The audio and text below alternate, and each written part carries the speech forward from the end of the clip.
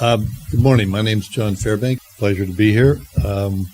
And I've been doing public opinion research for a good 30 years. So I've had the pleasure of increasing all of your taxes locally here. Well, I think we've made history here today. This is the first time I've ever seen political strategy discussed in open session of a board meeting. Well, I'm not through. I'm not through. I'd like to speak. I'm sorry. Go ahead.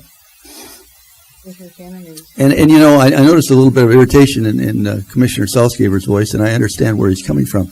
Much of what you said suggests to me that what we're talking about is disguised advocacy. If this falls into the area of advocacy, we're placing ourselves at risk, at legal risk, for crossing a line and acting illegally. Okay. I think that's a very dangerous step to take.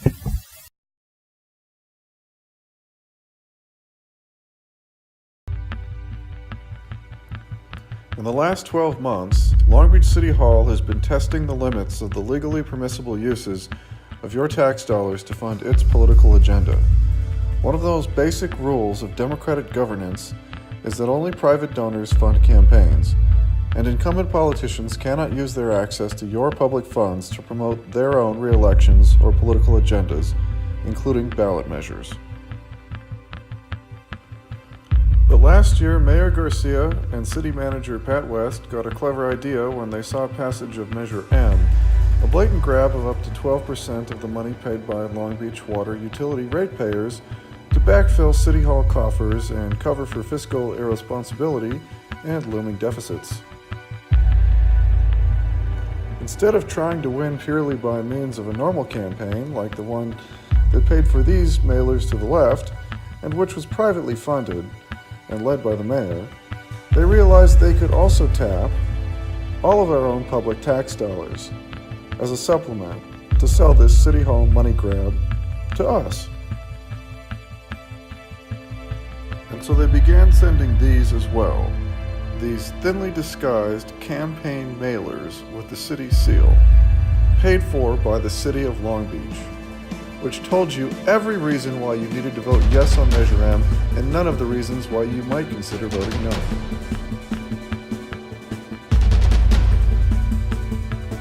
Here's another one of these campaign pieces, paid for with your own tax dollars, which you might have received in the mail.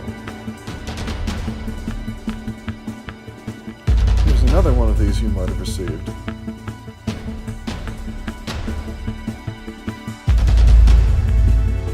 To pull off this scheme, City Hall hired this guy, Eric Hacopian, one of the best-known political campaign consultants in all of California.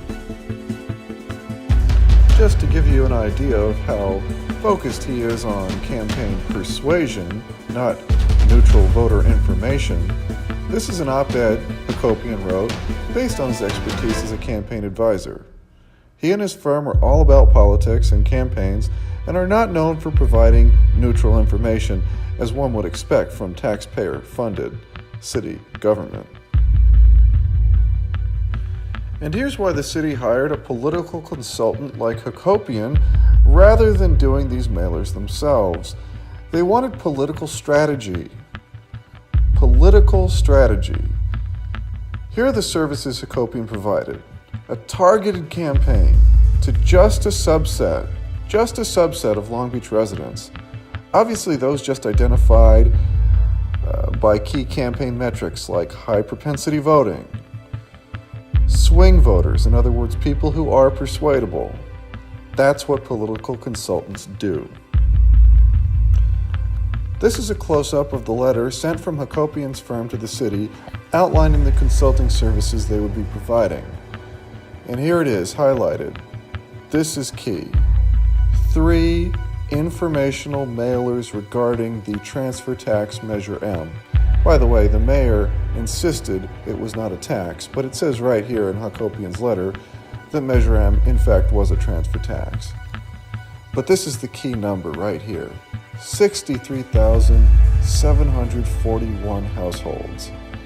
Now, why are your taxpayer dollars, all 470,000 Long Beach residents, Why are all of our taxpayer dollars being sent just to send material to 63,741 households of known voters?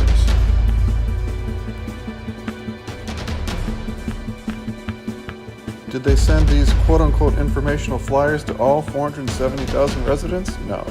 260,000 voters? Nope. They sent them just to 115,000 or so targeted voters. All three mailers to the same set of approximately 115,000 targeted voters over and over and over again.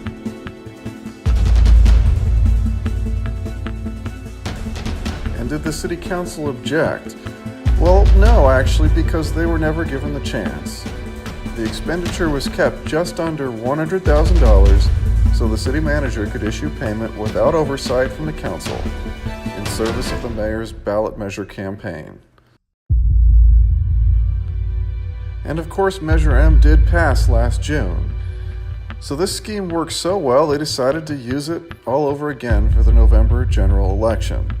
This time, the prize was extending their own term limits with a set of charter amendments, measures AAA, BBB, CCC, and DDD, but of course it was all about BBB, the term limits extension measure. And again, of course, they hired Eric Hakopian for a mailer campaign, again worth just under $100,000. Your $100,000. And again, not sent to you, just sent to targeted voters. This time, they sent two mailers to only the exact same list, the exact same universe of 90,391 addresses. And of course, it worked again. Despite major opposition from the community and a campaign run by the Long Beach Reform Coalition, the mayor was victorious. His ballot measures passed, aided not just by his own campaign, but by, as we now know, illegally obtained taxpayer dollars. And as a result, he got his heart's desire, of course, the open door to a third term for mayor without having to go to the trouble of running as a write-in candidate as our legendary Mayor Beverly O'Neill had done many years ago. The bottom line is the mayor tested the limits of the law to see how much he could get away with, how much use of taxpayer dollars for his own political agenda he could get away with without being caught. Unfortunately, however, for the mayor, the city manager, and the city attorney, the Long Beach Reform Coalition has recently learned the outlines of this illegal scheme as represented in the pages of the documents you have just seen, obtained by us by the power of the Public Records Act.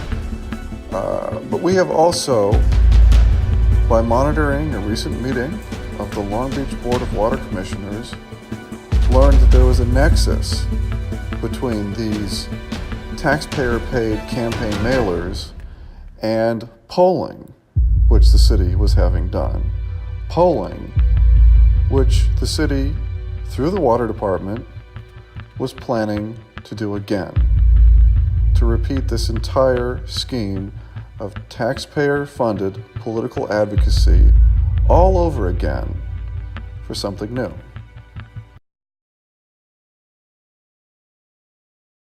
What you're about to hear is actual audio from the most recent meeting of the Long Beach Water Board. But before we get to that, and by the way, I think you'll find that it's some of the most interesting audio you're ever likely to hear from a Long Beach municipal agency. But before we get to that, and just so that we don't ever get accused of not having a sense of humor, I wanted to play something for you that I kept thinking about as the phrase repeatedly went through my mind that the mayor is over and over again testing the limits of the law. How far can he go? What can he get away with? First with Measure M, then with the charter amendments, and now for what you're about to hear. And I kept thinking of this. You remember this scene from Jurassic Park? That one. When she looks at you, you can see she's working things out. That's why we have to feed them like this. She had them all attacking the fences when the feeders came. The fences are electrified, though, right? That's right, but they never attacked the same place twice. They were testing the fences for weaknesses systematically. They remember.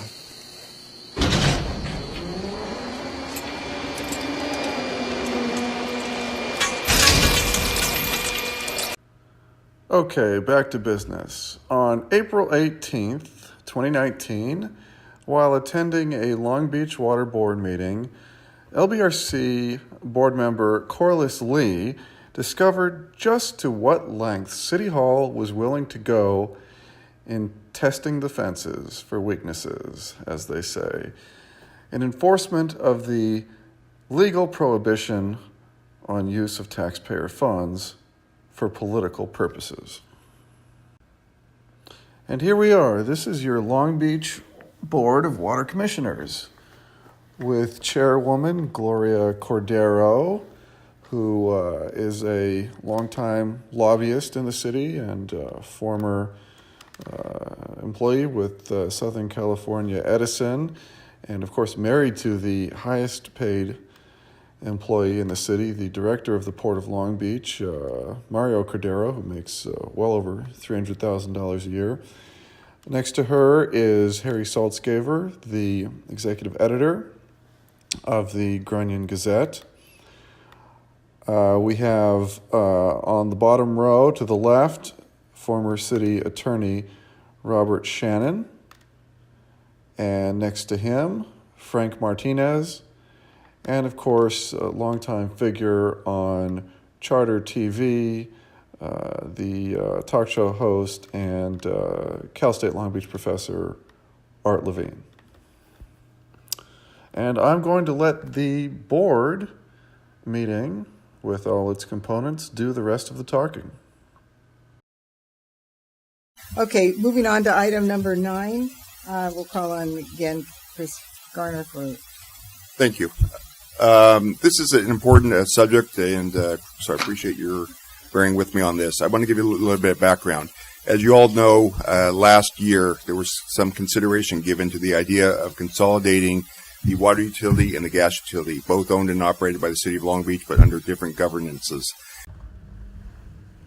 I am just going to add one more thing at this point by means of a little background.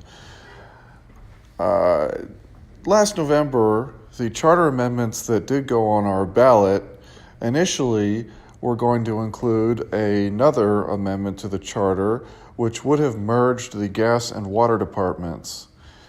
The idea behind this merger, according to sources that we have both inside and outside the water department, is essentially to ensure that the city can continue siphoning off millions of dollars from the water department by funneling the money, essentially laundering it through the gas department, by merging the two and commingling the money.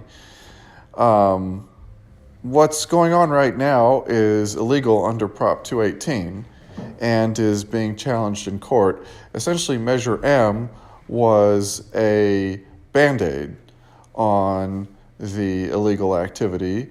It held the pipeline together, but the pipeline is still broken. It is illegal, and the city is very likely to lose the current legal challenge. So what the city needs to do is get around Prop 218, which does not apply to gas utilities, and mingle the funds. This is something that is done in other cities, and this is the real motivation behind this merger. However, it did not go on the ballot last November because, as we will learn here, polling was done on the various proposed charter amendments, And this one polled underwater, as pollsters say it. It was under 50% popularity, and so it was polled at that time.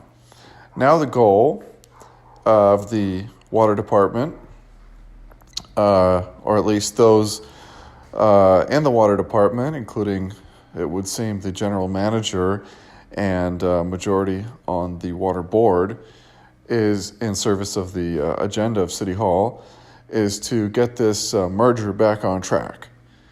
And in order to do that, they commissioned a new poll, a poll that would focus just on this proposed merger. And as we will see, there's a lot of potential use of taxpayers' dollars for political advocacy once again. And furthermore, the testimony given by the pollster, a very famous LA area pollster, John Fairbank, reveals that, who has worked in the city for many years, reveals that polling has been a key component of these illegal taxpayer-funded campaigns which the city has been conducting. So let's get back to the board meeting, and you'll see that occasionally we fast forward because just this agenda item was nearly 40 minutes long. So we're going to get you right to the good parts, and here we go. Good morning. My name's John Fairbank. I'm a partner in Fairbank, Mazamala, Metz & Associates, FM3. Pleasure to be here and available to answer any questions. We have, I've been doing public opinion research for a good 30 years. I don't know how many measures we've passed in the last help pass, and opinion research has been initiated in most all of these measures that you have all passed in the last couple of years. Led by the mayor and the council and all of you, the city has been very aggressive at putting measures on the ballot, increasing taxes. We have done and been successful. I've worked with all of you on all of those. Most recently, the utility transfer tax, Measure M, was on the November 2018 ballot. But we've helped bring legalize marijuana here for you, increase your sales tax. We work for the Long Beach Unified School District's number of bonds over the last few years, the Community College District. So I've had the pleasure of increasing all of your taxes locally here.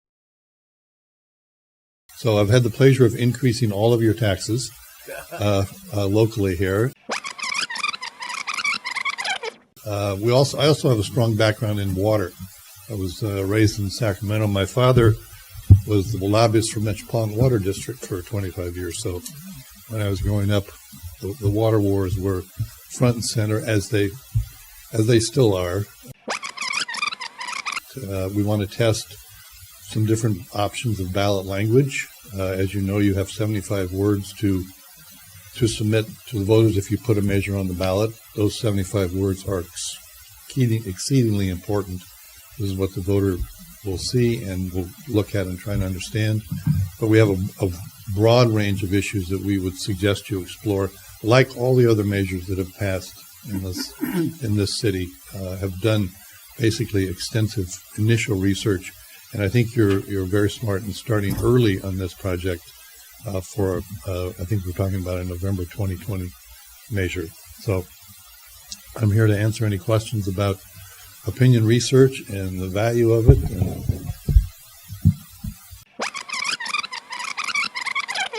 Thank you very much, John. Appreciate that. Yes, Commissioner Levine. Thank you for the presentation. My question deals with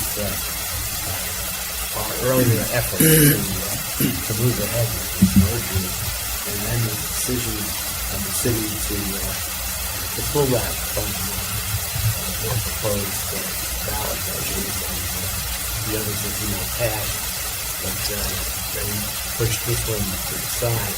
I assume you did polling, or you were asked to do polling for the proposed merger when it first appeared on the ballot, plans to be on the ballot. Could you give us some insight as to what the results of that polling is? You know, we did the survey addressed a number of different options, not just for the consolidation, but also for the transfer measure. So there are a couple measures being considered for this last November ballot. So we asked a few questions about your consolidation. It polled, it was under 50%, just the concept of it. But the more you got into explaining what the benefits of the consolidation are, the cost that would be lowered for customers, the efficiency, the combining of the regulations and the presentation for both departments, the more information they heard about what this all meant increased the level of support. Now, I think the decision was made that the transfer measure polled better, and that was the decision to put that one on the ballot. To have two of these on the same ballot is always a little tricky. So I think the decision was made, since the utility transfer tax pulled a little stronger, and we spent a little more time kind of looking at the pros and cons about it. They decided to just put one on the ballot and postpone this one.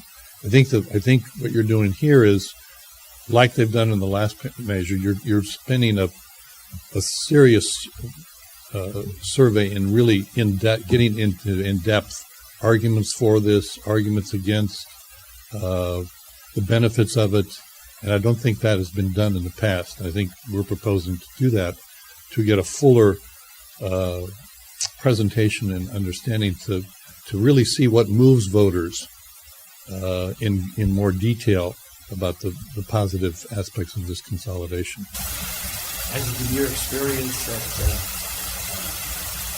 putting something like this on the ballot is able to move public opinion in the direction which... Well, I think the initial concept polls pretty well. And my experience is the more voters understand and are educated, as Chris says, about what this means, how it would be implemented, what the benefits would be, what the results would be. And that's what we're trying to do here, is we're trying to test individual items and see what moves voters. So you wouldn't be surprised to see the approval numbers for this proposal to increase this round over where they were? Absolutely. Because we have more information now about, and you're proposing here to test this in much greater detail. The last survey we did for this, we looked at 3 or 4 different measures, so each measure got a little bit of a touch. You're proposing here to really get in deeply on this, test a full range of arguments and statements and benefits for this. Is the plan here that we do an initial polling, then do some education, and then come back and do some post-polling? But that is the methodology usually that is followed by Long Beach Unified with the community college. You do a baseline survey early. You understand the messages, what works, what moves people, what are the challenges that voters don't understand about this, and you want to answer. You're basically trying to answer those questions and communicate what you're all trying to do here to the benefit of the city and to them. And so that baseline, and then you spend a period of time publicly educating and talking about some of those main themes, and then you come back before you all have to vote. We usually do a shorter tracking survey that comes back and tracks the benefits of public education. How much more do they know about it? And also what else is going to be on the ballot. We're in a political climate here that changes rather rapidly. So who knows what is going to happen in, a year here before when you get time to vote. So we want to update what the baseline showed, but also give you information about what else is going to be on the ballot. There could be there's going to probably be an AQMD sales tax measure on the November ballot. There's going to be probably 15 to 20 statewide measures on the ballot. You're not going to test them all, but anything that has a similar, probably will be a water measure on the ballot statewide, dealing with quality of water, climate change. So you just want to come back and test in a shorter survey. What is the environment that you're going to put this measure on? Are you still at a good, safe position that you're likely to pass this measure? Is there any opposition in the next year? You want to try to prevent any opponents from lining up to oppose you and spending any money. But we want to get much deeper in working with your team here on getting you know more about all of this consolidation than you knew, X months ago. So we want to clearly update and get much deeper into. We didn't really spend any time with Chris or your team when we did the last survey. This was done in a group with testing 3 or 4 different types of measures. This was one of the ones we tested. But this would be a much more in-depth look at your issues, your specifics, that we would work very directly with your team.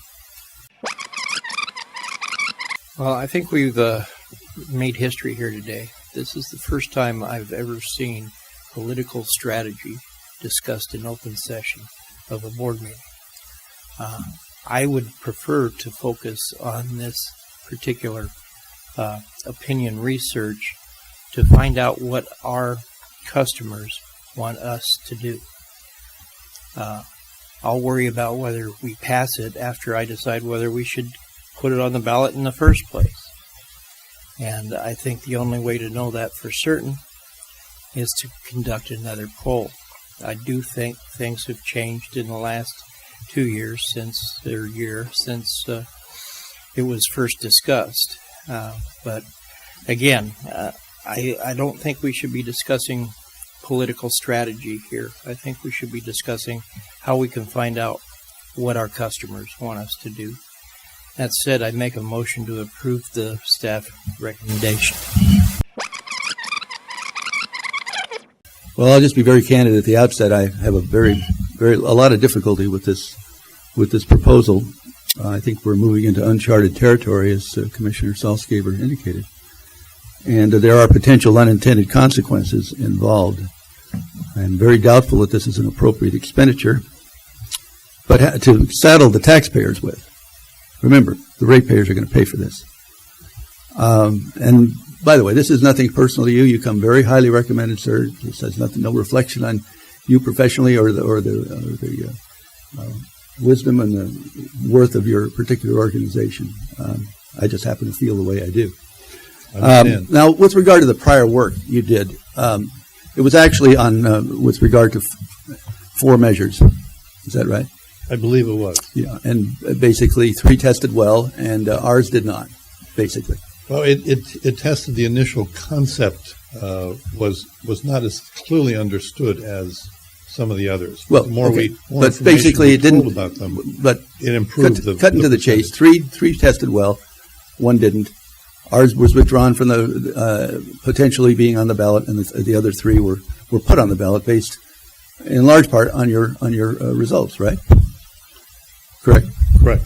And what you were engaging in was opinion research, which is what you're proposing to engage in now. Correct. Now, is it not true that city dollars were not used on that earlier project? I'd have to check. Well, I'll inquire the city. I'll inquire the city attorney. I don't believe they were, but many of the measures we do, the school districts, the community colleges, the city. Your city is currently doing surveys about communication and what voters think. Fine, but the question was directed to the funding for the original 4 items, and is it not true that the city dollars were not used? I don't know. I didn't expend any of the dollars, nor have I seen any Sir, of the path. you told me privately that you knew that. Hold on, let me finish. I can't speak. If you're asking for me to make a definitive comment, were city dollars spent? I don't know. It is my belief that they were not. Thank you. Yeah. Okay. Well, I'm not through. I'm not through. I'd like to speak. I'm sorry. Go ahead. Commissioner Shannon is. And you know, I noticed a little bit of irritation in Commissioner Salzgeber's voice, and I understand where he's coming from. Much of what you said suggests to me that what we're talking about is disguised advocacy. Political strategy is just another term for disguised advocacy, and this is what we're going to, what he's going to be engaging in. And so now I'll ask the city attorney, would you give us briefly as possible, the standards with regard to whether we can legally engage in advocacy at this point or not? The general rule is, of course, that you cannot engage in advocacy. Your clause of "at this point" is critical, I think. Just without having really researched the issue, but my general opinion is approving the type of work that is being suggested by item number 9 and as described by the general manager would not constitute advocacy. There's nothing to advocate for at the moment. There's nothing on the ballot. There's nothing that's been considered by the City Charter Amendment Committee yet. Thereafter, once that does happen, then it becomes this board and the city needs to be very careful about how it expends its dollars versus educating and advocating. Well, I'm not clear on what you just said. Are you saying that we cannot at this point in time being we have not placed it on the ballot, can we not pay for advocacy? Yes or no? I don't understand. Okay, it hasn't been placed on the ballot. That's the critical point. I know the standard with regard to after it's been placed on the ballot. That's right. Clear. Okay, it has not been placed on the ballot. Can we pay for advocacy at this point? I wouldn't advise it. Okay. So that if this falls into the area of advocacy, we're placing ourselves at risk, at legal risk, for crossing the line and acting illegally. Now, to what degree do we have control over exactly what's going to be asked and what strategy is going to be used? Okay. I think that's a very dangerous step to take. Okay. And I think it's only prudent, given what the city attorney has just told you, that we get a written opinion from the city attorney to protect ourselves before we go forward. Additionally, the benefit to the water department would be equally shared by the gas department. And so I would inquire as to whether or not gas is willing to pay for half of the cost. Has that been broached? I have not reached out to them. My belief is that the water department is the one driving this, that we thought we came up with the concept and that it would be beneficial for us to continue to be in the driving seat on this. So I've not reached out to the gas department. Well, I think at the very least, the gas department, the city has to share because this is allegedly going to be a city benefit. And so at the very least, gas, i.e. the city, should share in it. And there should be a public discussion at the city level in front of the city council as to whether or not this is an appropriate expenditure of money. I would not support moving forward today. I cannot support it.